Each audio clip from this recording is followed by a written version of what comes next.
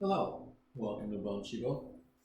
So I recently returned from Italy. While I was there, I'd gone into a restaurant. Outside the restaurant, they had this fantastic display of porcini mushrooms. And so I actually took a photo of it. I was so impressed with it. And then I went inside to have dinner. And I was with a friend, and the friend had pre-ordered the dinner. So I didn't really have a choice what I was going to have. I was just being polite. And I have to say the meal was a bit lackluster, which was very disappointing. But as I was leaving, I passed the chef and I saw him preparing this mushroom dish that looked amazing. So I'm going to attempt to duplicate it today. I don't have porcini mushrooms, so they're very difficult to find here in the United States unless you find them dried, and they really wouldn't work very well for this application in a dry form. So I got some portobello mushrooms, and these were pre-sliced, and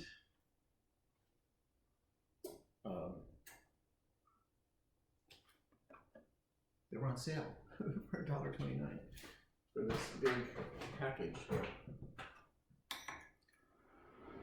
So, of course, I couldn't pass that up. I bought them. And I'm just going to saute them up. I have some lard in this pan. And I'm not going to put any salt in here because I want these mushrooms to brown. If you put salt in the mushrooms when you start cooking them, it starts to pull all the water out of them, and then they become, and rather than browning, they steam. And I really don't want them to steam. I also have Diker on the stove. It might be difficult for you to see. I'm doing a big pot of minestrone soup, and like an idiot, I had started to start this film by making this soup, but I got about an hour and a half into it and realized that, guess what, the camera wasn't on. So by that time, I couldn't start over. And so I'll have the soup. I usually make a big pot of it every week, so at some point in the future I'll do it again and try to remember to turn the camera on. But we'll have it regardless for this meal tonight in case I want something hot. It's really cold and damp and dark here. As you can see, it's kind of dark in the house. You know, I live in Seattle and it's typically always cold and dark and damp here. And it makes it really difficult for filming because I do all the filming myself. I don't have a lighting person, I don't have a sound person, and it makes it hard to try to adjust things when you're trying to do everything by yourself, and then it's so dark and rainy and cloudy outside. I'm also going to make some nice bread that I will be able to use like as a vehicle to serve this on, and also something to dip into the minestrone. So the word for soup in Italian is zuppa, and zuppa, the verb is zuppare, which means to dunk or to dip. So soups were originally intended to sort of use up all the old bread that you had in the house, and that way you could just dip your bread into the soup, and it was palatable, then it wasn't so dry. And it was something to fill up your stomach, you know, it was not expensive, which is a lot of where Italian cuisine came from. By, you know, they call it la cucina povera, or the poor kitchen, because many Italians were exactly that. They were poor, and they had to be inventive, and they had to be able to use everything that they had. They couldn't let anything go to waste. And that's sort of my philosophy in cooking is nothing goes to waste. And I'm also like the king of trying to find a bargain. If you've seen some of my videos before, you hear me talking about that all the time, where I want to eat well, but I don't want to pay a fortune to do it. Especially these days where prices escalating the way they are. You need to be somewhat creative and spend a little extra time shopping. So I'm just going to keep giving these mushrooms a toss until they start to get the color on them that I want to see. And while we're doing that, or while they're doing that, I should say. I'm going to go ahead and dress this pan. The oven is already on. That little alarm, which is what's going off with the oven telling me that it was ready.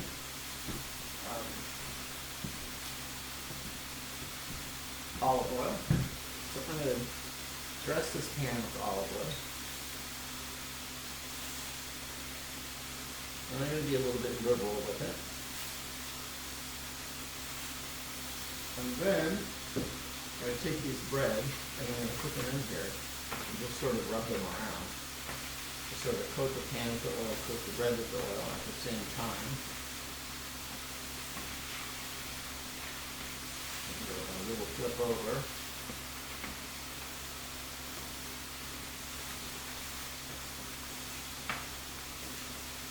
I have the oven set at 400 degrees. And I'm just going to pop these in, and I have it on the very, very bottom rack close to the heating element because I want them to toast.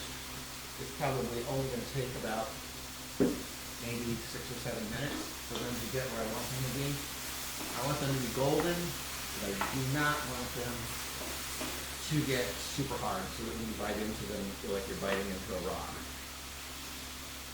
I still want them to have some give to them. So we're not going to cook them too awfully long. And I'm going to do a little more oil here. Those ones that look a little bit dry.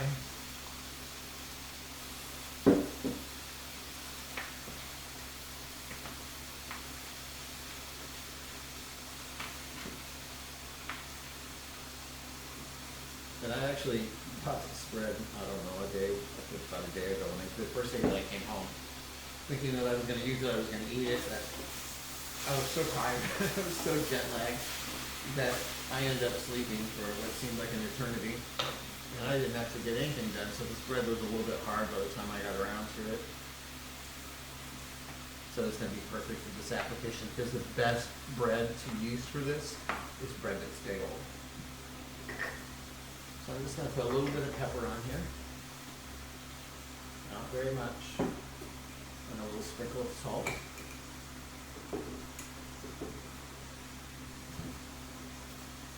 Again, not very much. I'm just going to pop this in the oven. Like I said, on the bottom shelf. Where it's right next to the heating element.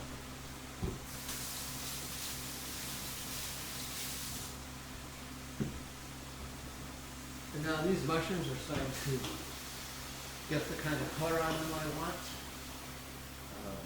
Get them nice and brown. You can see. Okay, now I'm going to go ahead and start adding some seasoning. In this case, it's going to be a little bit of salt,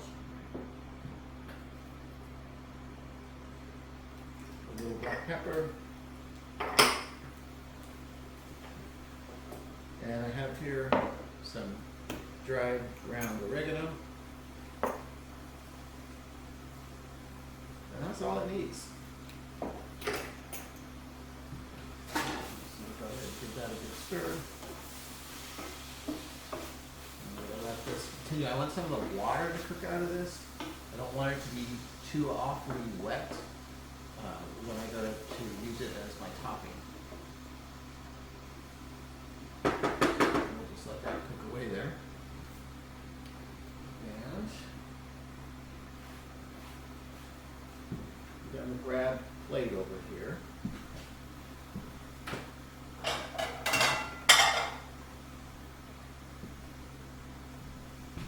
So what I'm going to do is I'm going to line the edges of this plate with some charcuterie. And then I'm going to mount these mushrooms in the middle.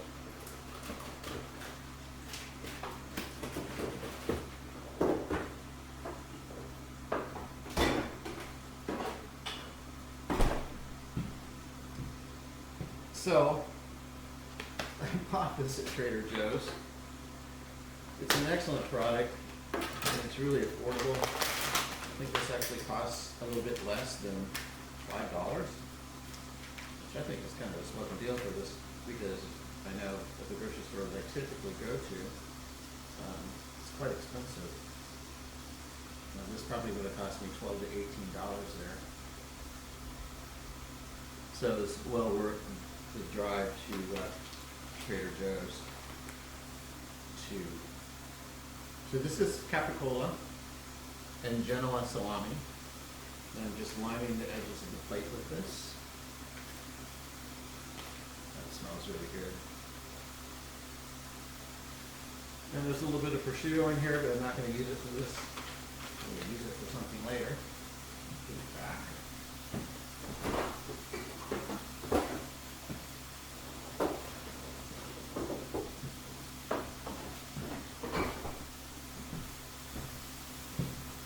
So you see I have my plate lined. Nice. And what they had done in the restaurant that I was in is they just took the mushrooms and sort of piled them up in the center of the plate. But what I'm going to do, because I'm not going to be eating this right away, I'm going to be saving it for later this evening when I have guests. I'm going to put another smaller plate in the center of this.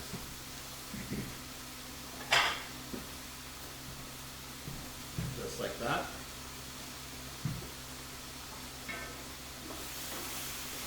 And let these mushrooms cook just a second longer. They're looking really good, smelling really good. It would be amazing if I actually had the porcini mushrooms to put in here, but in the entire time that I've lived here, I've only seen them in the market once. And actually, porcini means little pigs in Italian. And I suppose it has something to do with the way they're shaped, because they're sort of short and fat. And actually, when you see them growing, in the woods, and they're growing in these little herds almost, they look kind of like little pigs in the field. So, pretty certain that that's how they came by the name. And they are super delicious, but like I said, in this case, I'm using portobello. It was what was available. I'm not sure if it will be everything was good. That looks fantastic now, so you can see it's nice and brown. Not too much water in it. Don't want water in it. I'm gonna let it sit right here on the cutting board for a minute, and kind of let the steam rise off of it as it cools a bit, to let some more of the moisture sort of seep out of it. And then what I'm going to do is go ahead and put it in this dish once it's cooled down a little bit. I'm going to go out in the garden, probably the last opportunity that I'm going to have to do this, and cut some fresh basil to garnish this plate with. So I'm going to do that right now, and I'll be back in just a few minutes. Okay, so I've made my little trip to the garden, got my basil cut, I've washed it, dried it in these paper towels. Again, I'm trying to keep the water out of this plate. And I'm just going to tuck it in around here. Add a little color to this. And there's a straggler there, so we'll just put him right there. And now I'm just going to go ahead and add these mushrooms to this plate in the center.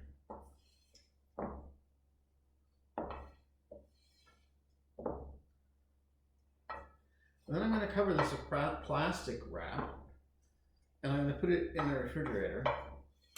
But about a half an hour before my guests arrive, I'm going to take it out and uncover it and let it come to room temperature to serve it. And it's going to be delicious.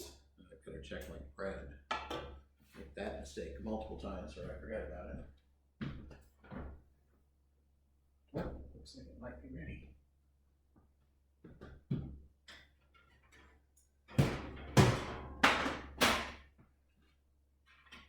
Oh, perfect.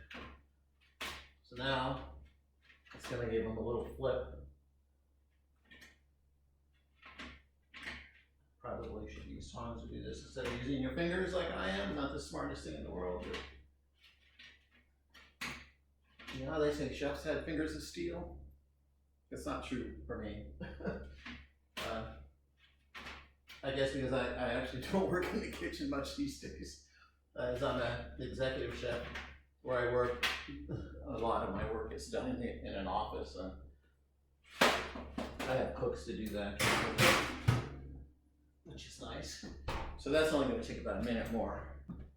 Then I'm going to take it out of there and I'm going to dust it with some Parmesan cheese.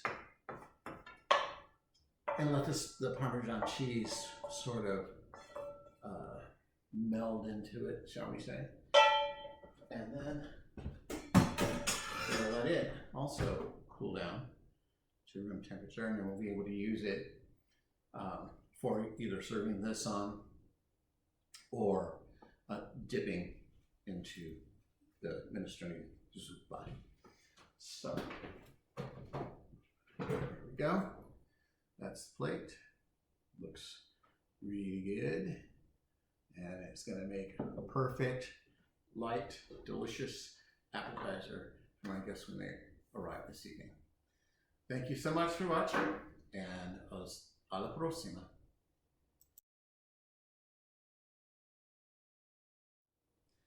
Okay, so I guess I should have showed you this. So you can see it's nice and golden brown on that side. This side's a little bit soft, and that's the way I want it to be. Because when I bite into it, I don't want it to be scratching my tongue. So here, I have a little bit of grated Parmigiano Reggiano, and I'm just going to sprinkle it on top here. This pan is still hot, it just came out of the oven. And I'm just going to let it sit on this hot pan until it cools down. And this cheese is just going to sort of adhere to these toasts by doing that. And by the time they get room temperature, it'll be perfectly set on there. And it'll be ready to go. Very easy, easy entertaining. You know, you don't want to spend your whole time in the kitchen when your guests are here. So if you do all of this ahead of time, and then all you have to do is pull it out at the last minute, plate it up, make it look really nice, you can spend your time visiting with them and enjoying their company. So normally when I do entertaining, I always try to do it with things that I can manage well ahead of time and just present them quickly as it's time, rather than being in the kitchen frantically trying to finish things up while people are, you know, wanting to talk to me or wanting to help me, which oftentimes I really don't want. But this is going to be perfect. You will see. All right. Thank you so much for watching, and don't forget to subscribe, and don't forget to visit my blog, www.bonecibo.online, for more recipes and photos. Thank you so much, and again, alla prossima.